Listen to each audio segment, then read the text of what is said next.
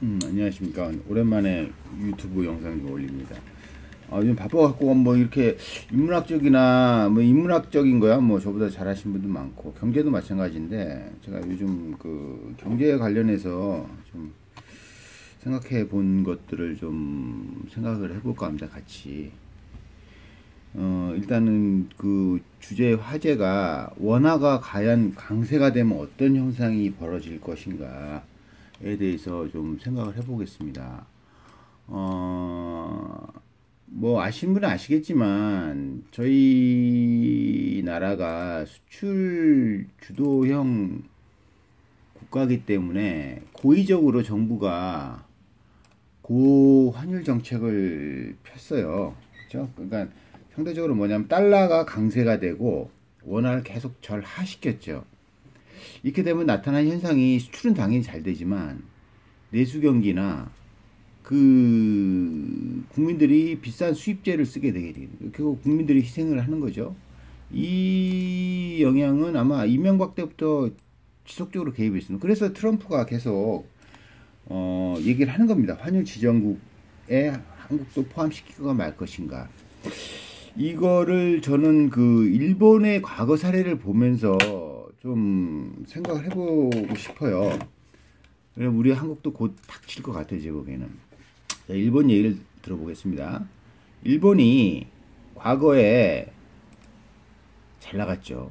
그렇죠? 월남전 이후에 미국이 호황기를 누리다가 1975년도부터 미국이 대미 수출을 어마어마하게 됩니다. 물론 이제 한국전쟁 이후 월남의 혜택을 받죠. 전초 기지로서. 일본은 아시겠지만 어마어마한 제조력을 가진 나라입니다. 그 전 세계적으로 미국의 GDP의 80% 이상 쫓아간 나라예요. 전후무함. 중국도 아직 달성을 못했죠. 자, 이런 과정에서 미국의 통산 마찰이 급격히 됩니다. 즉 일본이 미국에 어마어마하게 수출을 하고 이익을 많이 무역 흑자를 냈다는 얘기예요. 그러다 결국 당한 게 뭡니까? 1985년에 프라자 합의를 당하게 되죠. 뭐 이건 강제 조약이겠죠. 자, 생각을 해봅시다. 이 한국도 마찬가지지만 이 미국이라는 그 기축 통화를 달러를 생산하는 국가는 미국은 항상 그래요. 모든 나라 거래를 무역을 하는데 어마어마한 소비 국가 아닙니까? 인구는 3억 명 좀 넘지만 소비력은 전 세계예요. 그렇죠? 전 세계 제하의 뭐 절반을 소비하는 나라예요. 대단한 나라입니다. 이 나라가 뭐 계속 무역 적자를 내다가 어느 순간에 탁 틀어버리죠. 자, 생각을 해봅시다. 일본이라는 나라가 쌀을 먹는 나라죠. 그래서 쌀 두 알을 가지고 미국과 교육을 하면은 미국은 밀을 먹으면 밀 한 알이랑 교육을 했어요. 뭐 이런 식으로 유도했으니까 1대2죠, 결국. 그러니까 그러니까 엔화가 100이면 미국은 엔화 100을 갖고 가면은 그렇죠? 그러니까 쌀 두 알을 갖고 가면은 미국 가면은 밀 한 알로 바꿔주는 교육. 그 달러 대비 엔화의 가치가 있었어요. 그렇게 되면은 어떻게 되냐면은 어차피 사람은 밀 하나든 밥 하나로 밥을 지어서 먹어요. 그렇죠? 그러니까 결국은 미국 국민에 비해서 일본 국민이 절반 가치의 뭐 주식을 먹고 뭔가를 할 수 있다는 얘기잖아요. 상품을 생산하든 그런 거죠. 그렇게 되니까 미국 국민 입장에서는 싼 물건이 들어올 수밖에 없어요. 자기네들이 제조해서 파는 것들은 밀을 만약에 100사람이 일했다 해서 밀 하나당 사람이 한 끼를 먹는다면은 100명이 생산해서 이걸 생산한단 말입니다. 밀 100개가 들어갔죠. 근데 일본 사람들은 밀 50개. 결국 그 사람도 쌀 100개를 먹었지만 그게 2대1로 교육이 되니까 어떻게 돼요? 밀 50개의 가치를 가지고 이걸 생산한다는 거예요. 게임이 안 되죠. 그렇게 되면 결국 미국 제조업은 붕괴가 되고 일본만 잘 나가게 됩니다. 이거를 보다 못한 미국이 야, 니네 이제 1대1로 교육을 해. 이렇게 합니다. 강제적으로. 좆된 거죠. 그로부터 일본의 잃어버린 30년, 40년이 시작된 거 아닙니까? 그렇죠? 이걸 비근한 예로 풀어버리면은 이렇습니다. 도요타 자동차가 어떤 자동차를 일본에 수출을 해요. 그래서 이거를 만약에 $10,000의 어떤 자동차를 수출했단 말이에요. $10,000가 돼요. $10,000에 수출했죠. 이 $10,000는 자국의 일본에 쌀 10,000개 갖고 지은 거예요. 그쵸? 아니 20,000개 갖고 지은 거예요. 그쵸? 이렇게 저어갖고 $10,000에 수출합니다. 근데 미국이 야 니네 이제 쌀 한 알이랑 밀 한 알이랑 1대1로 해. 그렇게 되면 어떻게 됩니까? 그 쌀 20,000개로 줬으니까 미국한테 평가 절하돼 갖고 만에 수출할 수가 없죠. $20,000를 받아야 되는 거예요. 가격이 2배 올랐죠. 그렇다면 어떻게 됩니까? 안 사죠. 가격이 2배 올랐는데 누가 삽니까? 미국 소비자가 봉입니까? 자, 이런 역학 속에서 일본은 진짜 힘들었죠. 일본이 95년 프라자 합의되고 나서 바뀐 게 있습니다. 일본이 85년도에 국민소득 얼마였을까요? 자, 자료를 좀 보겠습니다. 자료를 보면은 일본이 85년도에 국민 달러가 11,000불 정도 됐어요. 11,000불. 그때 한국은 정말 귀여웠죠. 2,000불, 2,500불 정도. 그러니까 일본이 우리보다 4배 잘 살아, 4배 이상 잘 살았던 거예요. 10,000불이 되든 11,000불이 되든 애 플라자비를 당합니다. 그래서 주기적으로 올라갑니다. 1대3이었던 구조가 점점 떨어져서 1대2 됐다가 결국 1대1, 1대1 이하로도 떨어진 적이 있어요. 그런 혹독한 평가 절상을 받고 일본은 견뎠어요. 달리 잃어버린, 물론 일본이 뼈를 깎는 자기 구조 조정을 할 수밖에 없잖아요. 그쵸? 그랬는데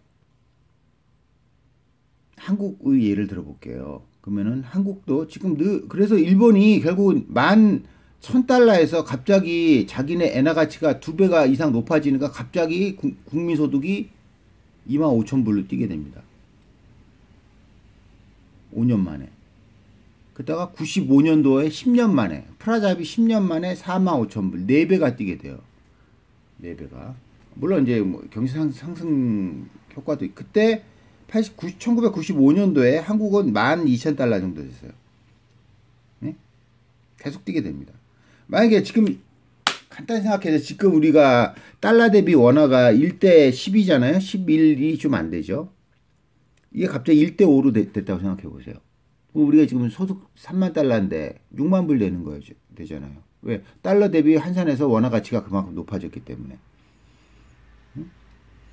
그렇습니다. 보세요. 지난 70, 80, 90년 뭐 지금까지도 마찬가지지만 한국이 지속적으로 하는 거는 뭡니까?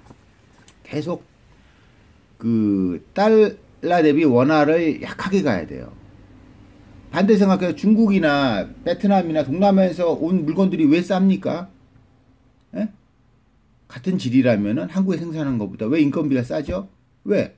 그 나라와 우리와의 화폐 가치가 서로 다르기 때문이에요. 그런 거예요. 사람은 또 일해서 똑같고 뭐 한 끼 먹는 게 똑같은데 거기에 대해서 1대2, 1대3, 1대4 정도로 서로 틀리기 때문이에요. 그 다음에 문화 수준이나 삶의 수준도 약간 다르겠지만. 그래서 우리는 지속적으로 근대화의 50년 동안 무엇을 했냐면은 수출을 하기 위해서 우리 원화를 계속 달러 대비 약하게 가져갔어요. 여기에는 남북 불안감에 의한 코리아 디스카운트가 영향이 있죠. 그리고 일부러 코리아 디스카운트를 조정한 것도 있어요. 그래야지 계속 불안하니 한국은 불안한 나라다. 그러니까 얘네들은 항상 싸게 봐줘야 돼. 뭐 이런 논리가 됐겠죠. 예? 그러니까 수출 기업은 계속 그래서 지금 70년, 80년대만 해도 삼성이 소니나 파나소닉이나 뭐 이런 애들 발밑도 못 갔죠. 기술력 20년 이상 차이 나는데요. 근데 어떻게 됐습니까? 계속 우리는 일본이 프라자입을 당하고 계속 상품값이 올라와서 미국에서 고전을 면치 못하고 있을 때 싸게 수출했죠. 그러니까 도요타 같은 급의 자동차가 10,000달러, 20,000달러로 팔 수밖에 없는 구조에서 한국은 10,000달러에 계속 소나타를 수출했죠. 그러니까 단값에 수출한 거예요. 비슷한 가격.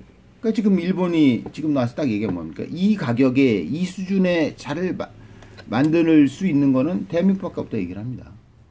왜? 그 안에 우리는 노하우가 써있죠. 싸게 팔아서 기술력을 습득했고 많이 파니까 노하우가 생기는 거죠.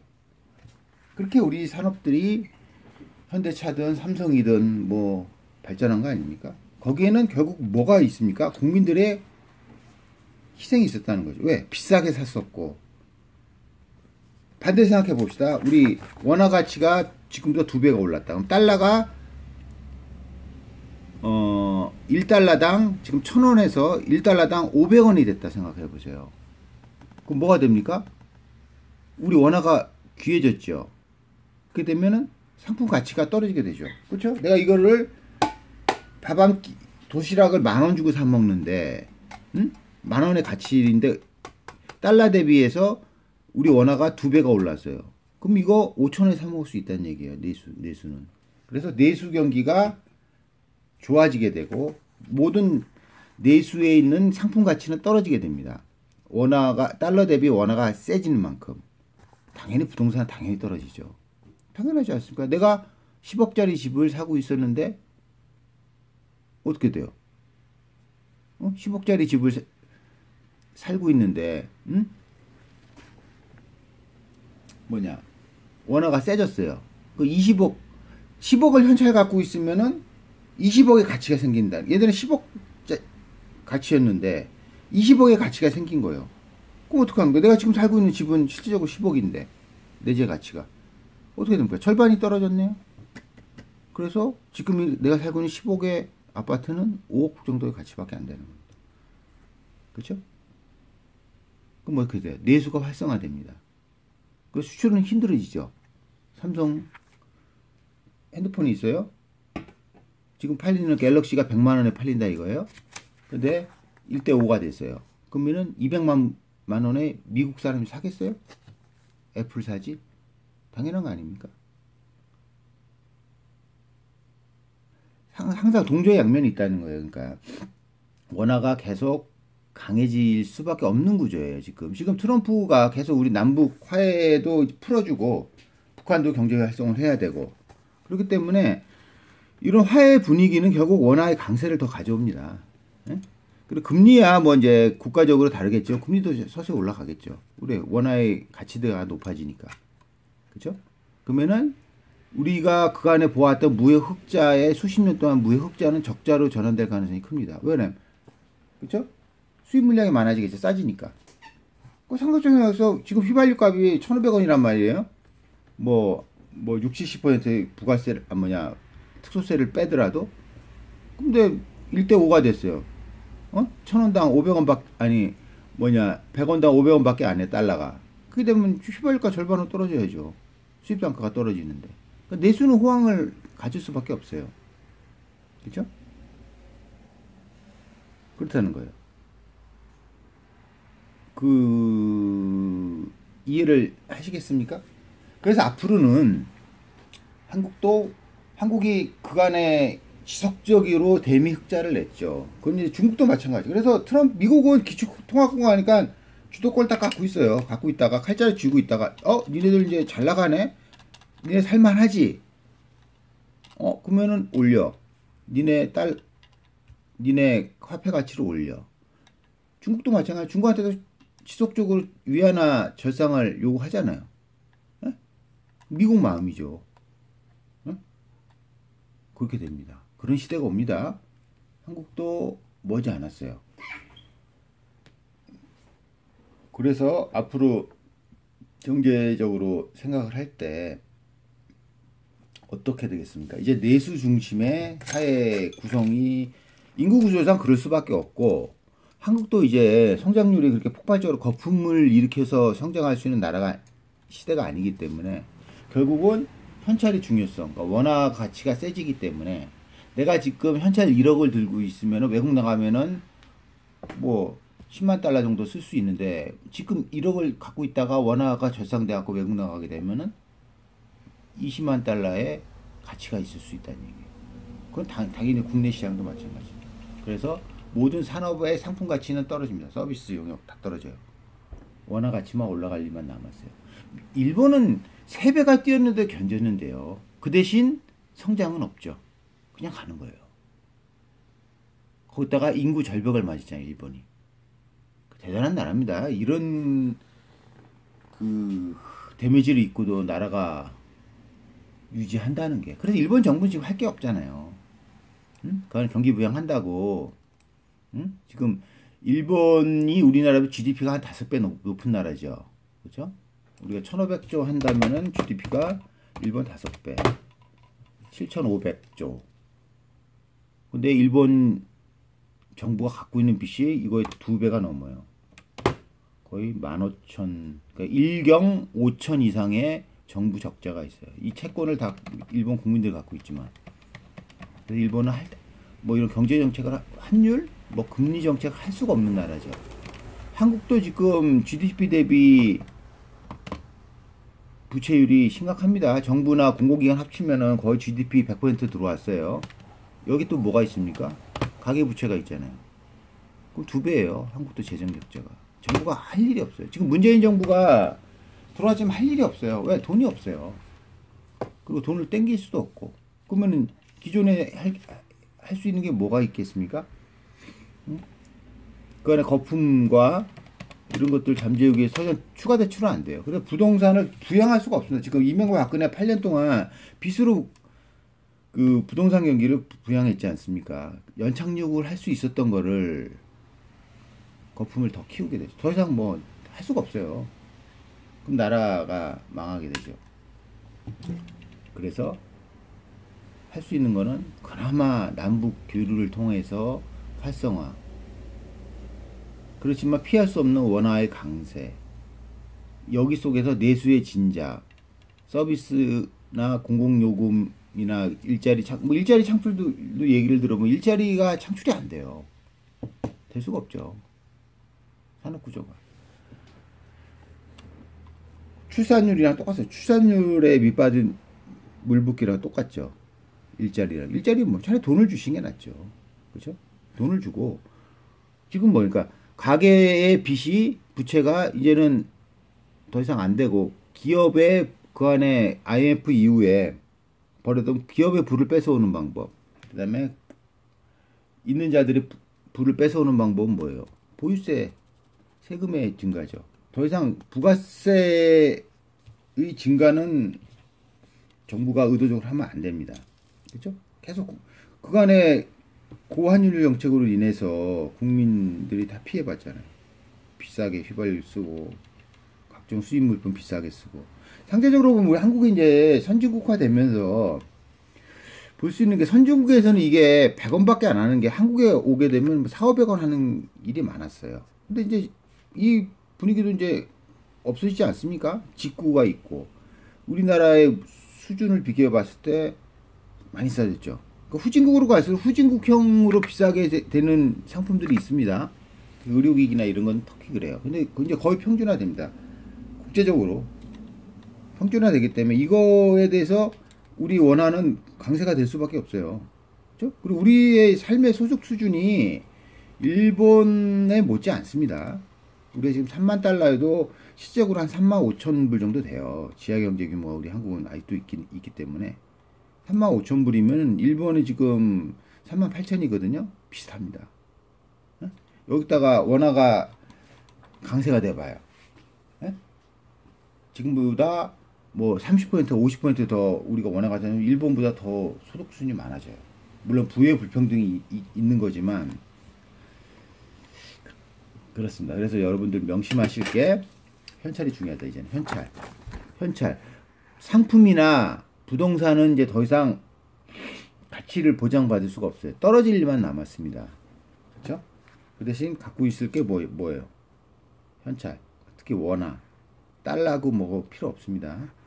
원화 그냥 많이 보유하고 있으세요. 그리고 뭐 분산 투자 하셔야죠. 분산 이제 이자 생각하지 마시고, 예? 지금 위험한 은행에는 절대 많은 예적금 하지 마시고, 그렇죠? 5천만 원밖에 보호 안 되잖아요. 그게 은행이 얼마나 도둑놈입니까? 예? 수억 원을 자기가 갖고 있다가도 뭐 지네 오릭 나면은, 예? 5천만 원밖에 안 내주는 이런 도둑놈이 어디 있어요? 그러니까 망하는 순서가 있습니다. 항상 개인이 먼저 망해요. 그 다음에 개인이 망하게 되면 결국 가족이 붕괴되고요. 그 다음에 기업이 망하게 되고요. 기업은 가끔가다 살려주잖아요. 공적 세금을 위해서. 지금 GM 사태처럼. 근데 개인이 뭐 망가지면 뭐 됩니까? 그 다음에 뭐가 돼? 은행이 망해요. 그 다음에 국가가 망하는 겁니다. 그러니까 최후버리가 은행과 국가는 거의 안 망한다고 보는데 무슨 땡빛 국민들을 혈세를 쥐어짜더라도 안 망해 얘네들은. 위험한 은행들이 있습니다. 그래서 국민, 신한, 또 무슨 은행이 우리 뭐 이렇게 메이저 은행 있죠. 그거 외에는 위험해요. 농협 위험합니다. 그다음 제2금융권 다 위험해요. 그래서 적당하게 현찰을 뭐 앞으로 이제 나이 들면서 제일 중요한 게 현찰입니다. 현찰이고 내가 부동산 100억 가질래 현찰 30억 가질래 그러면 현찰 30억 갖고 싶어요. 진짜로. 자, 현명하게 살아나야 합니다. 그리고 앞으로 지금 우리나라 인구 구조가 지금 인구 절벽을 맞닥뜨렸고 지금 베이비 부모 세대가 지금 은퇴를 하기 시작했어요. 그래서 70년까지 베이비 부모를 보면은 70년이 은퇴하는 시기가 앞으로 딱 10년 남았습니다. 10년 지나면은 이제 일자리도 많아져요. 그러니까 청년이 지금 일자리는 그때가 늘어지 지금 해봤자 베이비 부모세가 딱 버티고 있는 상태에서는 일자리가 늘어날 수가 없죠. 그래서 남아있는 세금, 잉여 세금을 갖고, 그러니까 성남의 이재명 시장님이 뭐 경기지사 되겠지만 쓰고 남는 돈은 국민 다시 주시면 돼요. 돈으로 주세요. 돈으로. 쓸데없는 사업에 갖고 꼬라박지 말고. 그럼 주머니에 여유 생기면 쓰게 돼 있는 거예요. 자, 앞으로 2022년 앞으로 5년 정도는 아주 죽음의 내수 경기가 될 겁니다. 예. 그렇죠? 버티고 살아남으셔야 돼요. 남으시고 무리한 투자하지 마시고 지금 당장에다 빚을 정리하세요. 빚을 갖고 있으면 버티기 힘듭니다. 앞으로 5년을. 없으면 없는 만큼, 있으면 있는 만큼 쓰세요. 그리고 항상 버는 거 대비해서 분수보다 적게 쓰세요. 쓰고 사세요. 그러시면은 현찰이 모입니다. 절대 신용이 어디 있습니까? 개인이 신용이 어디 있어요? 예? 카드 연체 2달만 해보세요. 신용 1등급이 뭐 10등급 떨어진 거는 한순간입니다. 그런 거 없습니다. 오로지 가지고 있는 거는 내 벌이에 대비 적게 쓰고 남기는 거. 예? 그게 제일 중요합니다. 그런 삶, 더 이상 거품에 취해서는 살아남을 자가 거품의 그 향연을 즐기는 거는 10%밖에 안 돼요. 나머지 90%가 거기에 희생양이 되는 겁니다. 늘 여러분 이제는 그렇게 막 발전하고 뭐 그런 시대가 아니에요. 이제는 진짜 현명하게 다음에는 자영업이나 기타 한국의 그 소시오패스들이 많은데 이런 거에 대해서 한번 얘기를 해보겠습니다. 오늘 간단하게 동영상 올립니다. 감사합니다.